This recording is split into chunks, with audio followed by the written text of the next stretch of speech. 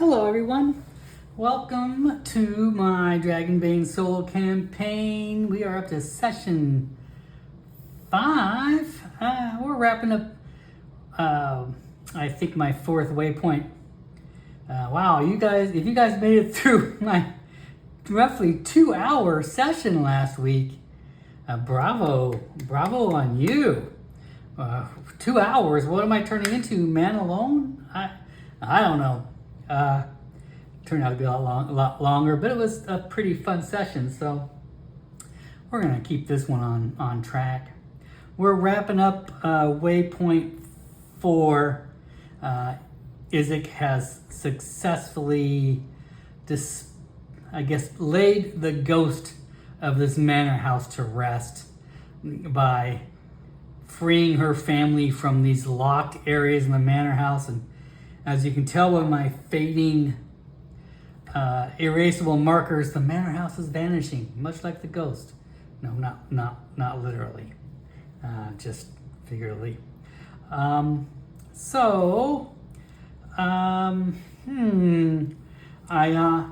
think I will maybe just pursue a little bit of questions to wrap up session 4. I am kind of curious if I can find out a little bit more about how this, who murdered this family and why.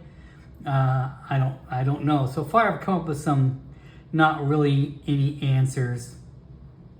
But maybe I'll just quickly explore a couple other rooms. Isaac is also, although not necessarily hurt, he's once again kind of back down to a few less hit points than he'd like to be.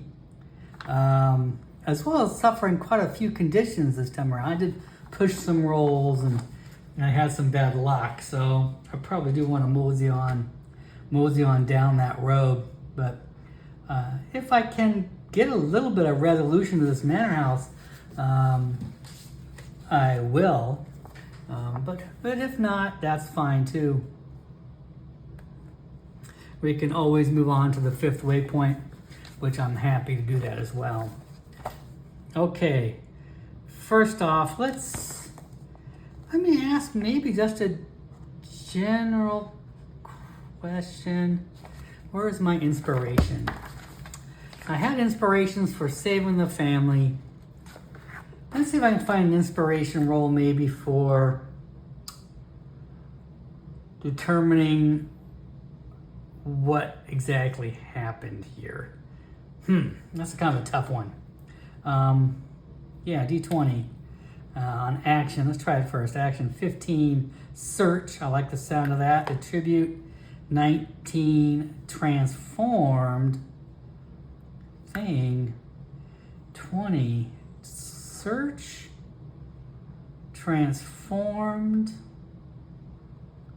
weapon. Search transformed weapon.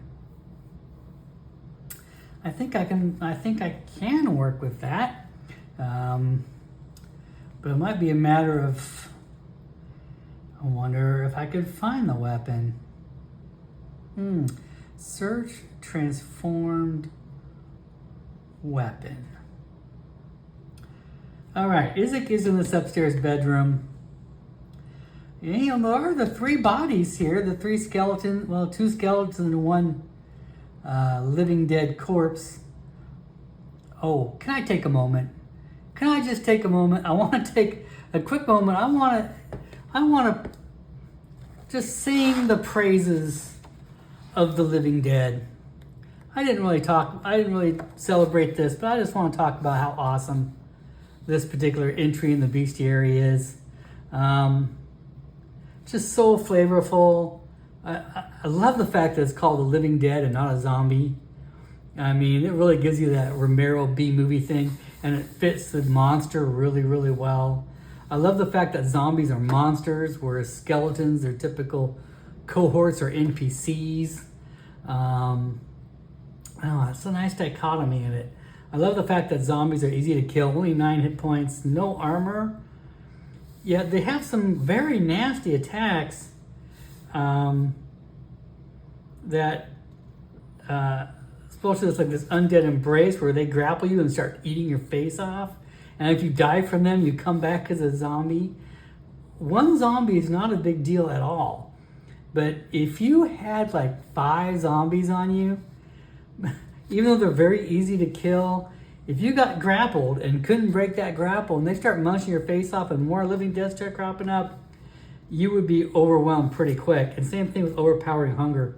Anyway, it's just a great monster. All right, back to the show. Okay, so he has 3 bodies in here. As I mentioned in the past, normally the Nightkin, they just leave their dead in the sun, usually on a pyre, and let the sun burn them to a crisp. That doesn't work that way for a kin. He knows kin like to be buried, but he's also in the middle of the grasslands out here. Is this something he really needs to do? I don't know if Isaac feels the need to bury these bodies. They're kind of now, obviously they've been put to rest and they're at peace. I think Isaac is going to leave it at that. I don't remember if I've searched this room for clues. I think I will search this room for clues. This is going to be more of just a general scavenge roll this time, because he did technically sort of kind of defeat a monster. I may have done this at the end of my last session, but I don't really remember if I did or not. So I guess we'll pretend I didn't and try it again. I'm just going to scavenge this room. Not technically a large search, maybe even the skeleton in the corner more specifically. Maybe her body has some clues as to what happened here. D10. 6. An interesting item. That's already a good sign. D4. This might be turning out to be exactly what I need. 3. A strange device. What do you know? I said, look, my oracle already told me I need to seek a transformed weapon, and on her body is a strange device. He looks at on her body and he finds an orb. A round circular object made of a strange metal that he doesn't recognize. But the orb is kind of more like a machine. It's got grooves in it, buttons on it, almost like it's some sort of strange... It's a strange device, putting it quite literally. He doesn't really know what this device is, but it's an orb made of metal with seemingly kind of button part sort of things on it. I wonder if he can kind of figure out about this device, whether he can do anything with it. I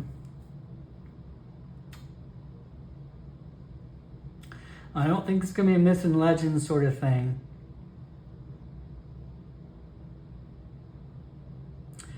I don't think it's going to be...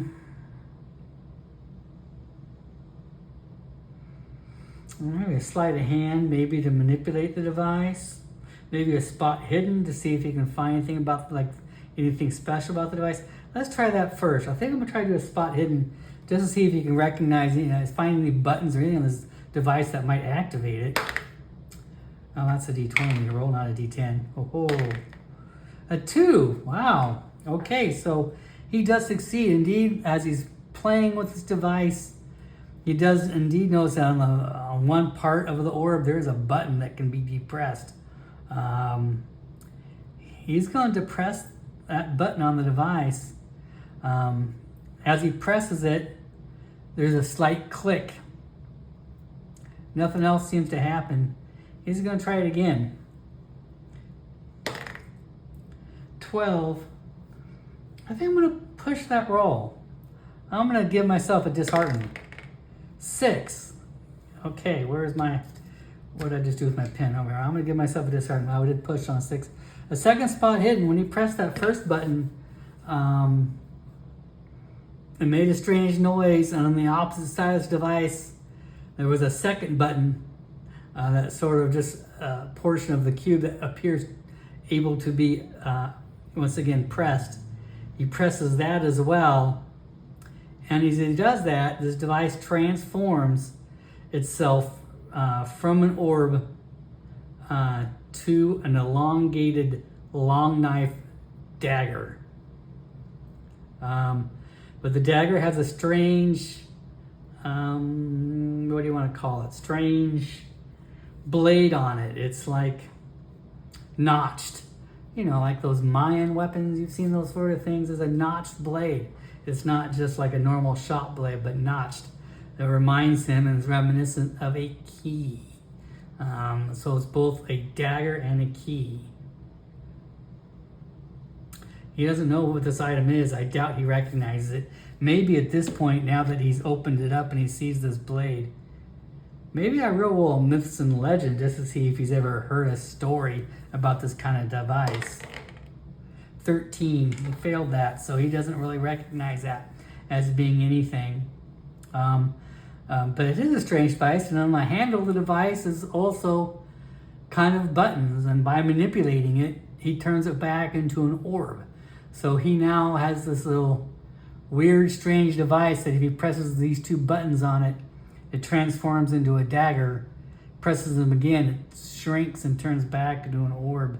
But he has no idea really what this item is at this point, or what it does. I think I'm going to write this down on my character sheet. Strange device.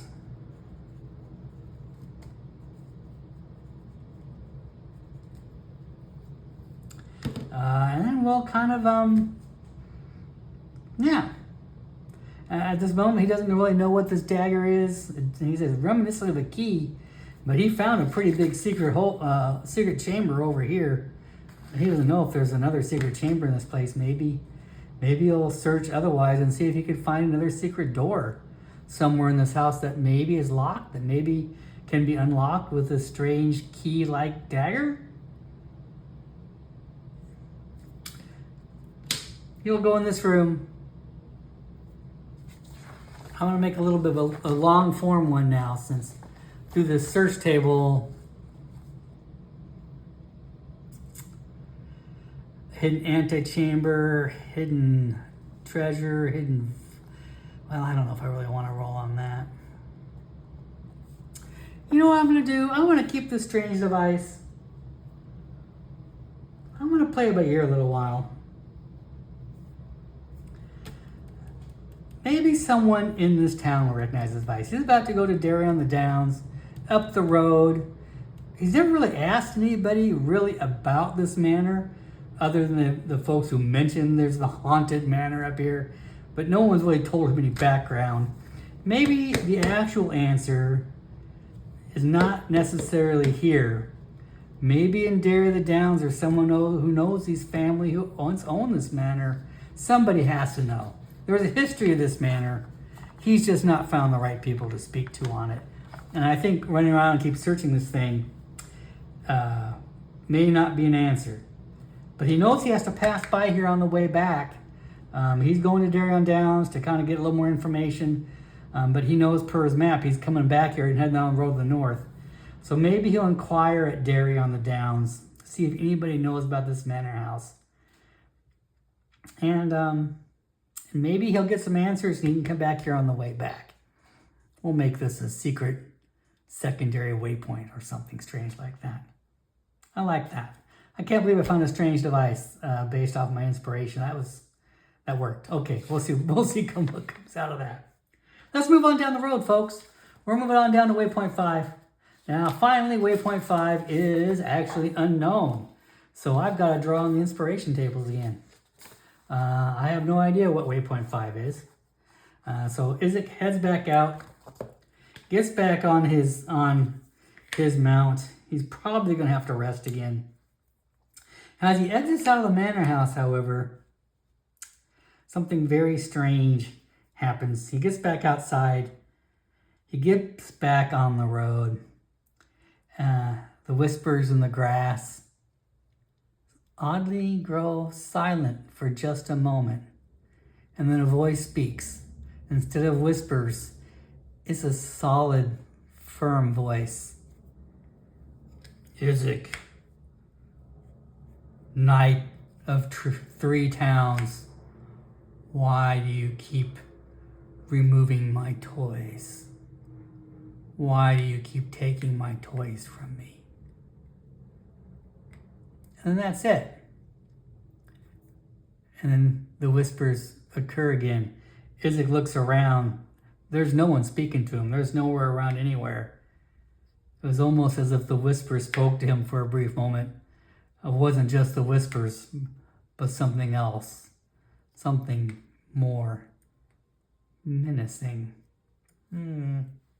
Yes. But let's move on to waypoint 5. Inspiration tables again. I don't have anything planned for waypoint 5. He heads back out of the manor house. He heads on down the road.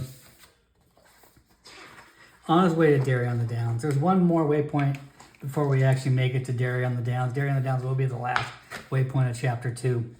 So we are almost at the end of chapter 2. So let's look here. Where's my inspiration tables? Bada boom. Well, actually, no, we could do my area tables. Let's do an area table here out of curiosity.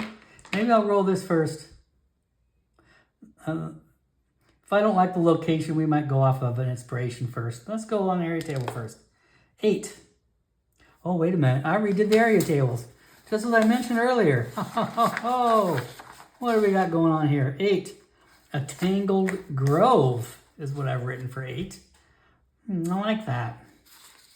A tangled grove. I think I'm going to roll the inhabitants table. What inhabits this tangled grove? A 9. Oh boy, wargs. Wargs. I don't like the sound of that. I think before I get there, I'm gonna let's quickly play a little safe. Let's take of course we're gonna take a round rest.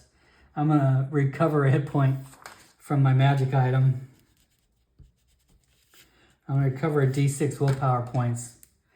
I don't really want to get... There we go. That puts it back to full willpower. Oh, I forgot to mention one thing.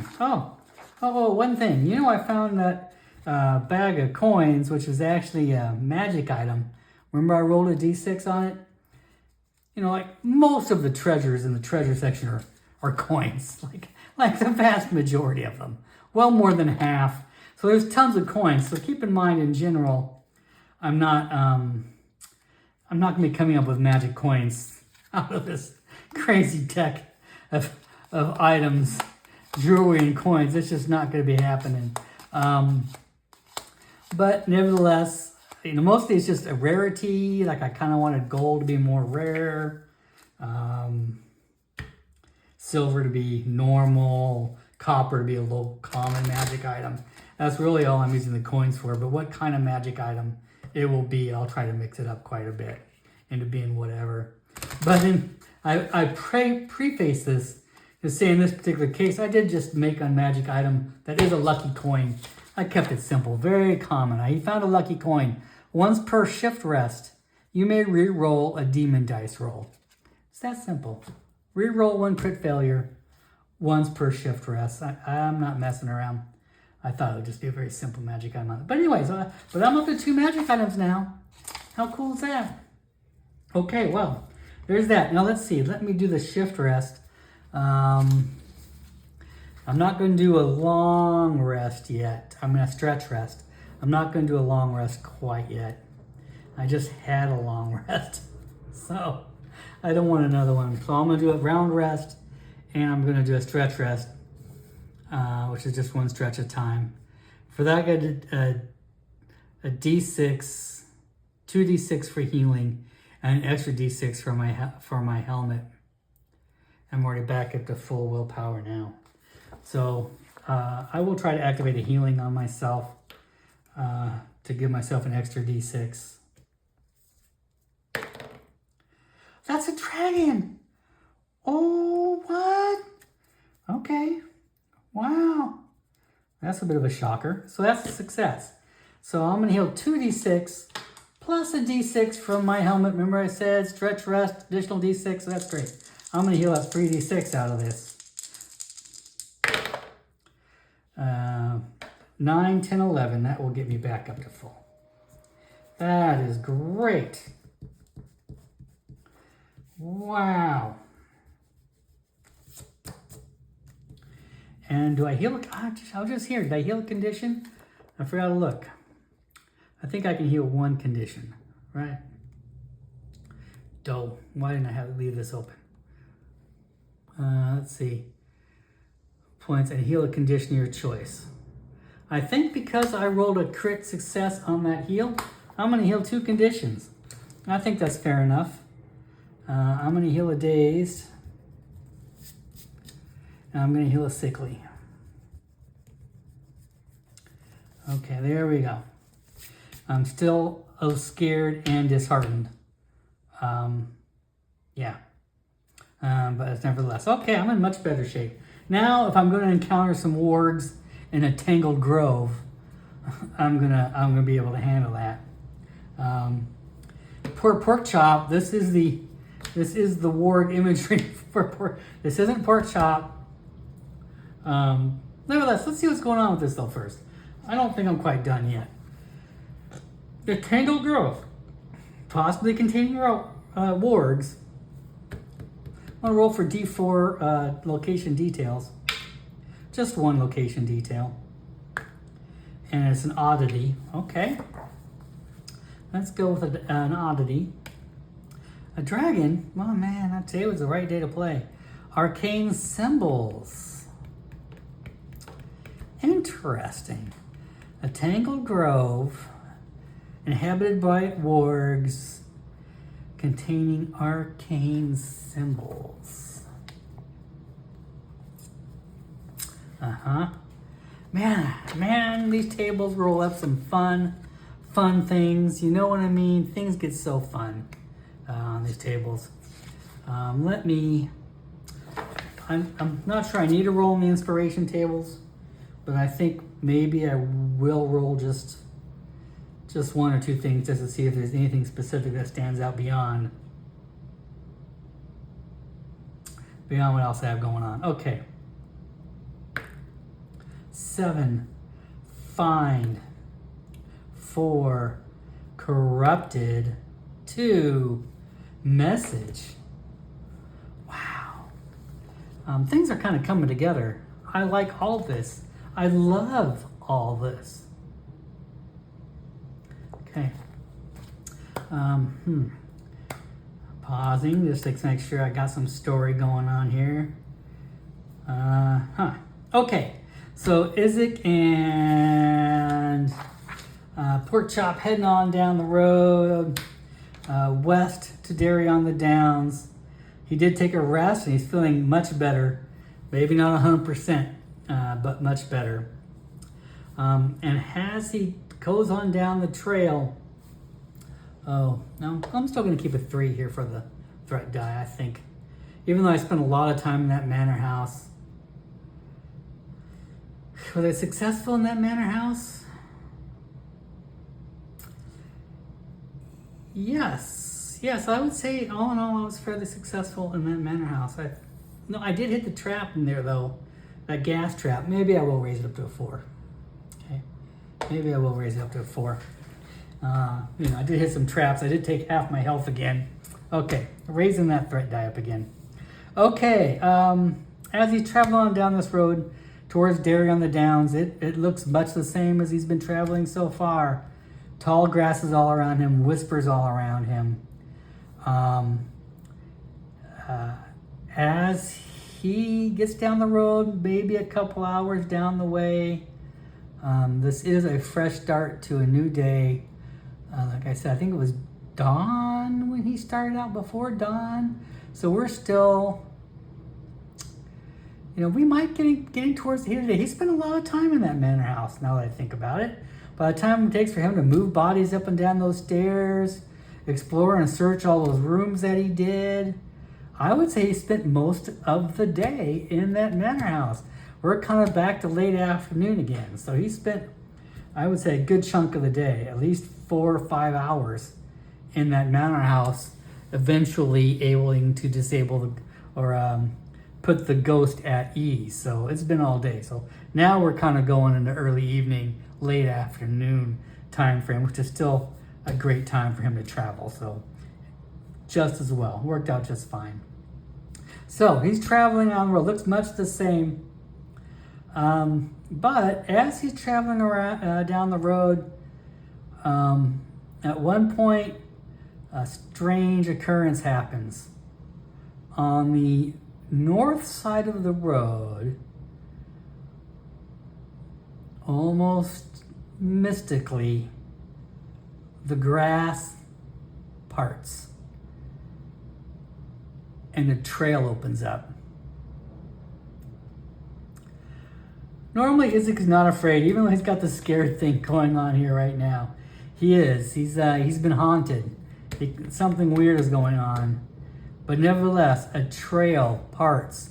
I mean, as he's literally watching it, he sees the grass part open, forming a trail off this road going north. He's been told he should not leave this road. He's been told, don't disappear into the grass. People go there and never come out. Porkchop still seems calm. However, I don't think Porkchop even noticed the grass parting. As I said from day one, I'm not even sure Porkchop didn't appear to even hear voices. For Porkchop, it seems to be a normal world out there. But for Isaac, it's not normal. But Isaac's a knight. He's going to go down that trail. Someone's speaking to him. Someone's calling him. He wants to know why. He wants to know what's up with it. So Isaac goes on down this trail to the north. Travels for maybe 10 minutes. He rides down there. Suddenly Porkchop kind of stops in Porkchop in her tracks and starts to growl. And up in front of him is a tangled mesh of grass that looks like it is not just only growing up over his head 6 feet, 7, 8 feet in length, but now the grass has grown even taller and forms this sort of meshed-like dome, a tangled mass of like a ball of hair made out of grass in front of him, a tangled grove, oddly enough, by sheer coincidence, in front of him. And as he gets there, Porkchop stops and starts growling. And Isaac's like, what is it? What is it, Porkchop? What's wrong? And she starts kind of stomping her feet and starts slowly moving forward. Isaac readies his lance, puts back on his helmet, and he kind of makes Porkchop head towards this grove. And in this grove, sure enough, Isaac's going to try to keep and make sure he didn't spot an ambush. He's going to try to keep from being ambushed. What's a spot hidden here? Let's try it.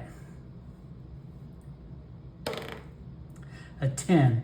That is successful, barely. Yes, as Isaac enters this place, this tangled grove that opens up into a clearing in the middle of this grove, he sees it. Wolves and wargs have been here waiting for him.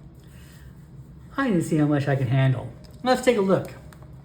Look at this. I'm doing another combat already. I like this though. This is coming together. Weird things are kind of happening. Strange things are kind of coming down. Wargs are very enduring critters. Very interesting critters. As I mentioned, I had to kind of look up wargs a little bit when I was making Porkchop. See, look at that. They look familiar to you? Okay.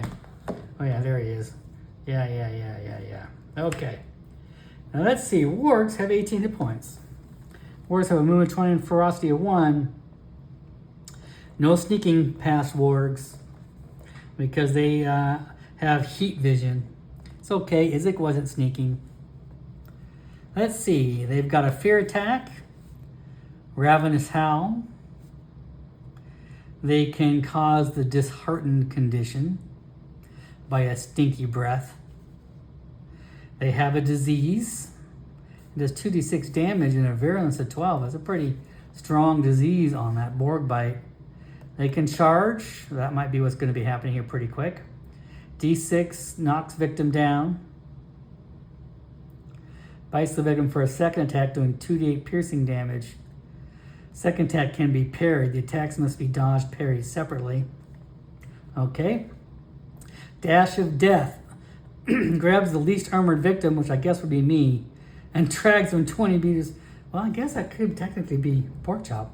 Anyway, and drags him D8 bludgeoning damage, not for any actions except break free. Okay, that's a pretty nasty one. Death Shake. Beast leaps on opponent, bites them, shakes the victim, throwing them away. 2d10 damage, thrown 2d4 meters, and landing prone. Okay, they've got some nasty damage to do. They are, however, only ferocity 1. 18 hit points, but that's cool. I think I can handle 2 wargs. I think Pork Chop and I can handle 2 wargs. Can I handle 2 wargs and a wolf or 2? Or maybe a warg and a couple wolves. Let me look up wolves here in the common thing. It'd be nice to have an actual pack. You know what I mean? A pack is more fun, but there is a limit to how deadly I can be. I can get these attacks here where I get knocked off, dragged around, knocked prone. Things could turn south pretty quick. There we go. What is this? Animals. Oh, that's not what I want. Let's go over here to common animals here. Wolves. Wolves at moon 16, hit points 10. They do 2d6 bite attack and have an evade of 12.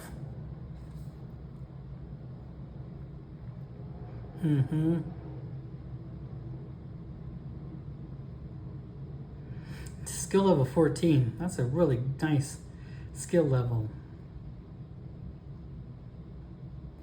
Okay, let's do this a little different then. Maybe I'll do 1 warg and 2 wolves. That way I can get a feel of an actual pack without going too crazy. I don't think I could just do 2 wargs. I don't think I could factor in too many wolves outside of that. I think that'd be...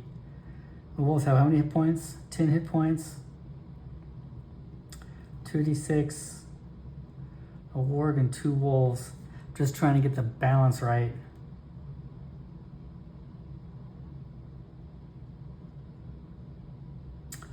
I think I'm going to try to do a warg and 3 wolves.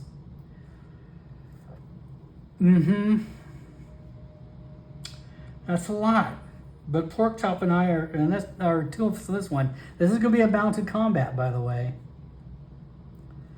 I don't know. I already told you about combat's a little weird.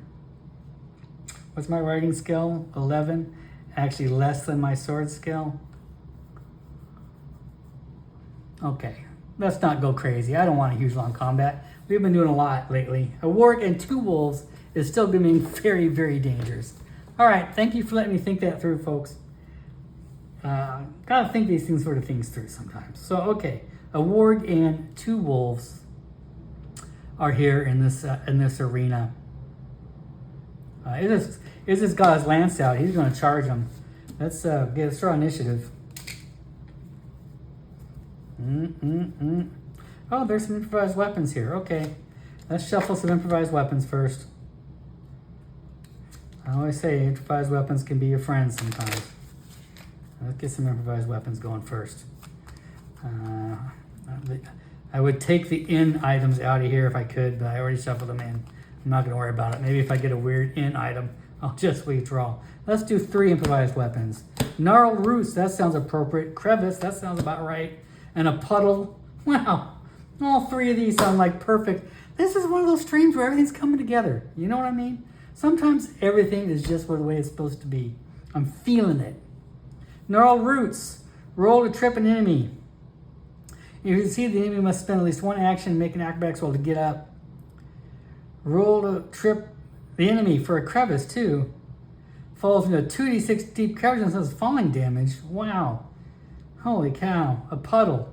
Roll to trip an enemy. What? If you can see the enemy spin an action. Okay, so there's a lot of tripping going on in this combat. That's really weird. Wild. Okay. How weird. What is these? Just out of curiosity, what is this? This is a forest. Cave. Cave. Okay. It's weird. I guess it's just all tripping. I haven't been using special attacks. I don't know if you guys noticed that, but there is special attack options around here where I can search for weak spots, trip, topple opponents, all sorts of strange things like that. I should be doing more of that. I don't know why I haven't. I guess I haven't really needed to too much. I've just been flat out attempting to kill everything I see. I haven't had need to get fancy. Physics will save the fancy things for the real opponents. You know, but he just, sometimes just a good thing with a sword does it. Now we're charging in on this. This is going to be Pork Chop, Izek versus a warg and 2 wolves. Yeah. We're outnumbered, not by much. We're kind of equal. These are mine. My 2, there is Pork Chop. There's the 2 wolves, and then lastly the warg. Well, that warg goes number 2. You know, I should just probably do a single initiative for the wolves. Okay, we're going to go separate for the wolves this time, but next time I'll just draw 1 initiative card for both wolves. This warg charges 4th. He unfortunately goes first. That's very unfortunate. But nevertheless, that's the way he rolled. So he charges 4th. He does not have to attack to hit. He's a monster. I really wish he did not go first. 5. It's that dash of death, which is the worst attack he's got. Grabs at least its least armored victim, which is Pork Chop. Drags it 20 meters around the battlefield. Takes D6 bludgeoning damage and cannot perform any actions that require movement, except trying to break free, which requires a strength roll.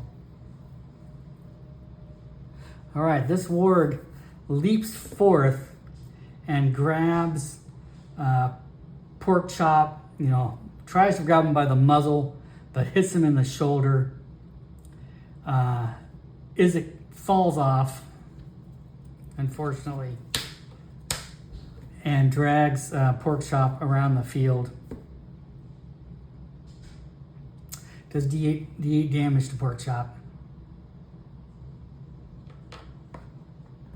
Where is he? Ooh, this could be bad. That was really not the attack you wanted to have happen in my first round. 6 points of damage on Pork Chop. Let me get out my stuff here. All right, Pork Chop. Ugh. Okay. Pork Chop's already taken 6 points of damage. He's at 8. And drags him around the field until he breaks free. Any action that requires movement. That doesn't mean, however, that Pork Chop can't attack back. Because they're going to be fighting. I guess you can say that they're in a fierce melee together. Pork Chop does go next. Pork Chop's going to attack. Let's see. Pork Chop's 2 has a bite skill of 14. Pork Chop does hit. Pork Chop does 2 to 6 on the warg. 5 points of damage on the warg. He doesn't have a strength bonus or anything like that. Warg is down to 13. Let's see. I'm going to keep track here. Warg. Still got this written message here. I might get back to that someday. Warg. 13. Wolf. What did I say these wolves have? These wolves have wolves only have 10 hit points. That's a fox. Wolves have 10 hit points. 10. Wolf 10. Okay, good job fighting back on that one. Wolf number 2 here is going to attack me. Unfortunately, I'm lying prone. So let's see here. That's not good. I don't like that. I haven't had a chance to stand up. So I'm the one who got knocked prone. He's got a bite skill of 14 to hit me. He does hit me. He does 2d6 plus a prone target. I think he gets an additional d6 for me being prone. I don't like this. This is not looking good. Okay. Prone targets, an extra d6. Yeah, so this was going to do 3d6 on me. Oh, man. Did I just make a huge mistake? 12 points of damage. 12 points of damage minus 7. 5 points of damage. Okay, 5 points of damage. I stand up. I go next. I'm gonna attack this wolf. 12. That is just enough. That's just enough to hit. 2d6 plus 4.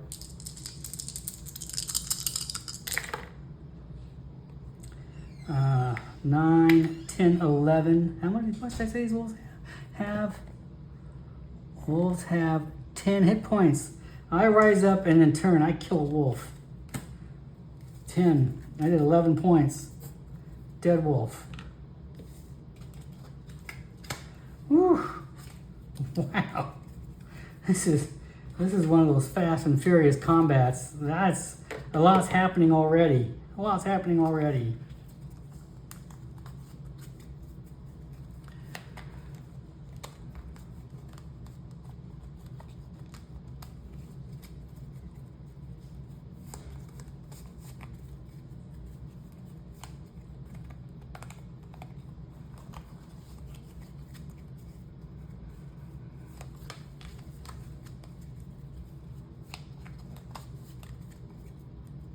Okay.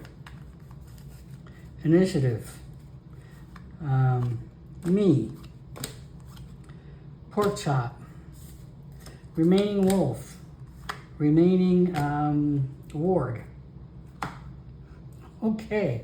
Wow. Well, wolf goes first. Wolf's going to continue to gnaw my face off. He doesn't need to. He doesn't need to evade. I don't think. He's just going to gnaw my face off. He's at full health. Even if I did cleave his buddy down. Skill of 14 to hit. 15, he missed.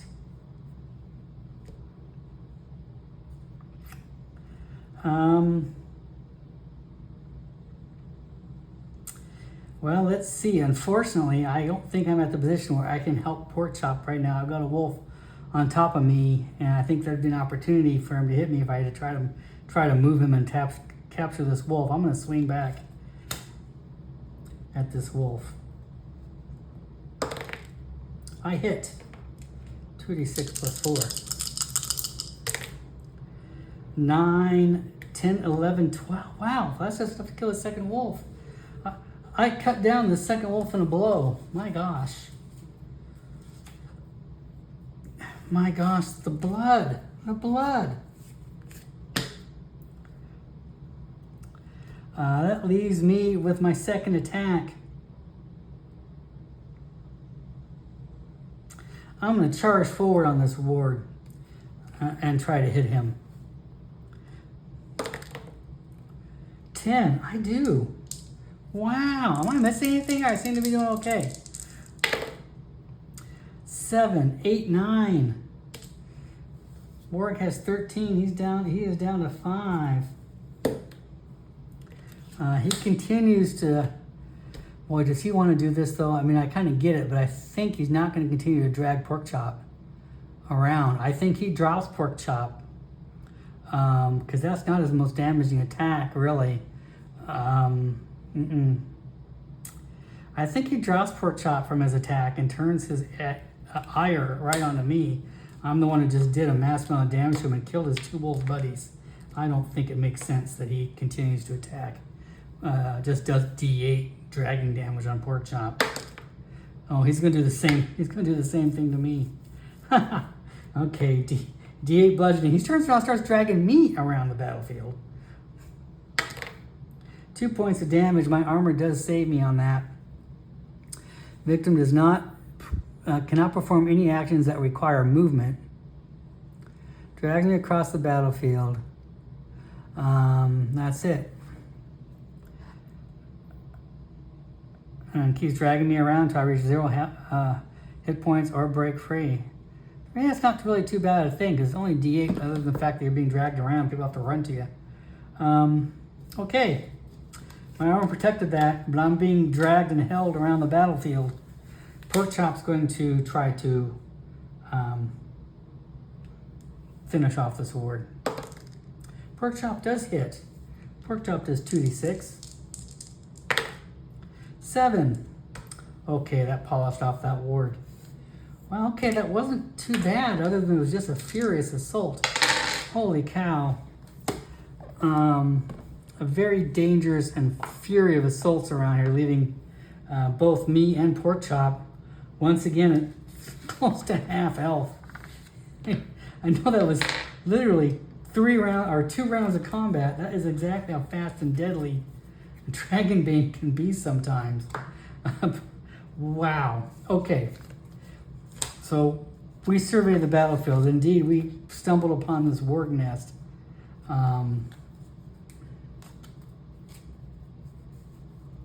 In this strange tangled grove. The warg and his wolves are lying dead on the ground. Pork Chop's bleeding heavily. I'm kind of bleeding heavily. I've already taken my 2 rests for the day. Pork Chop is not taken. Well, yeah, if I've taken a short rest, Pork Chop's taking a short rest. He just didn't need it either. So, okay. What else is here? As mentioned in our oracle, I mean, I guess I will scavenge. Let's scavenge. Hold on. We got loot, possible loot to catch. What else is in this place? I'm not one to pass up on a scavenge roll. Scavenging. We'll search this nest and see what we can find. D10. 4, nothing of note. Okay, nothing else of note around here. I don't need these anymore. I didn't get a chance to trip anybody. I just got drugged around the battlefield maliciously. All right. In the back of this grove, in the nest, there's the tangle of trees. Once again, they form a huge bowl den on this. These wheat reeds form this knotty, hair-like, really disturbing, Blair Witchy area. And in the back, where this warg nest is, these reeds and grass go terribly dense, almost to be like almost like a flat stone structure, of which there is a strange series of arcane symbols formed by these mess of weeds. Isaac isn't exactly a wizard. He doesn't necessarily know what arcane symbols are. Let's see if he can roll Myths and Legends and see what this is. Myths and Legends, does this make a difference to him? Does he know what these arcane symbols mean? 15, he does not.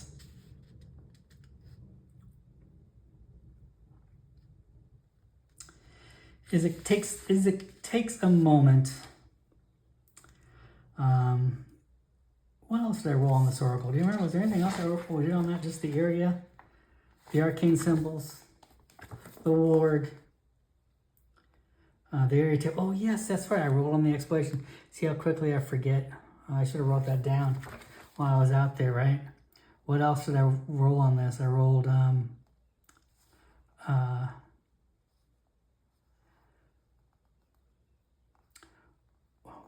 What did I roll on this? Did I already forget? It was a message, right? Oh, it was a secret message.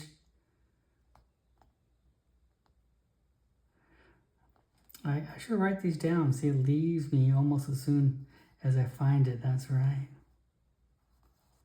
I seem to remember. What was it? I seem to remember it was a message. Okay. Maybe it's languages that Isaac needs. Maybe it's not arcane. Maybe indeed this arcane symbol and message is more than what he thinks it is. I'm gonna roll languages. That is a dragon. Wow, jeez. Isaac has no idea what these symbols are. He doesn't know who it's meant for, what it's for him. He tries to write it down, memorize it, but for some reason, the more he looks at the symbols, his eyes kind of cross, and it leaves his mind almost the minute that he tries to read this message, much like me and my inspiration table left my head the moment I rolled it. But he can't help but feel like this is the place of importance, that he was brought here for some strange reason. Maybe on the way back, yet another place that he'll try to visit. But unfortunately, because he kind of failed that language roll as a crit failure, and even as a myth and legend, he wasn't able to determine it. I'm going to say he isn't even able to write an accurate facsimile of what this message is that is being displayed to him. If anything, he would make an error of that symbol because of the the demon that he rolled on. I guess I could ignore a demon roll. Maybe that's what I'll do. Should I try it? I guess not. I only have a 5 in languages anyway. Then again, maybe I will. I'm taking this back. I'm gonna use my lucky coin that I just got. Said might come in handy. I'm gonna re-roll that demon dice. Let's just do that, and I'll unmark our languages here. I'm gonna try to re-roll that languages, just out of curiosity. Let's see if he can accurately write down this symbol. He still can't. Well, that's the minus of re-rolling a demon roll that unrolled my possible upgrade. But nevertheless, it wasn't a crit failure. So he does write it down in his journal for future interpretation. He does write it down as accurately as possible, but he doesn't understand what this symbol is, why this would open up for him right now. He was attacked by wargs, but that's all that's here. This is a very ominous, strange place in the forest. The wind dies down. For a second, Isaac hears a voice. Why do you keep destroying my toys, Isaac, Knight of 3 Towns? Why do you keep destroying my toys? It is going to spend 2 willpower points to succeed in a fear test. Something speaking directly to Isaac now. It's no longer just voices in the woods, voices in the reeds, meaningless voices in the reeds, tempting him to walk off into the grass. Something is communicating him from the grass now. Something more direct and more ominous and more frightening. Yeah, that's it.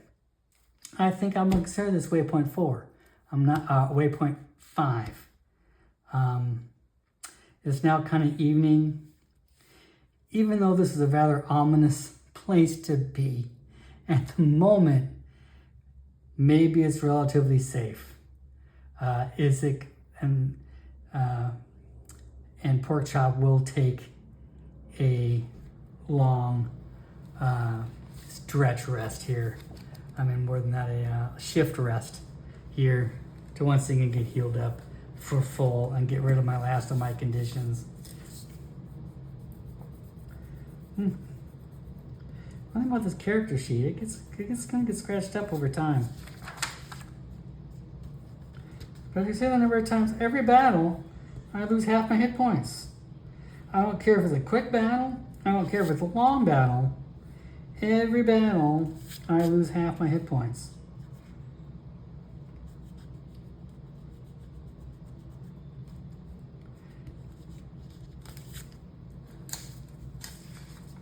Okay. All right. We take a long rest here. Get it back up to full. I don't think we need to practice any healing skills other than that. And we continue on the road. And we continue towards Derry on the Downs. I'm going to make this a very nice, short video this time. And instead, we will pick up next week at our arrival to Derry on the Downs. Well, I'll tell you what, though. Let me read to you. Derry Downs is the final waypoint.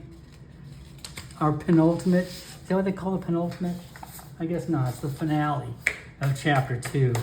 It's going to be pretty crazy. Let me read to you what waypoint 5 is. The grocer in the little village of Derby on the Downs has the information you seek. Unfortunately, he has taken ill with a severe case of lycanthropy and has turned into a werewolf. Why, just yesterday, he devoured Eleanor Smythe's prized chicken, Dolores, feathers and all.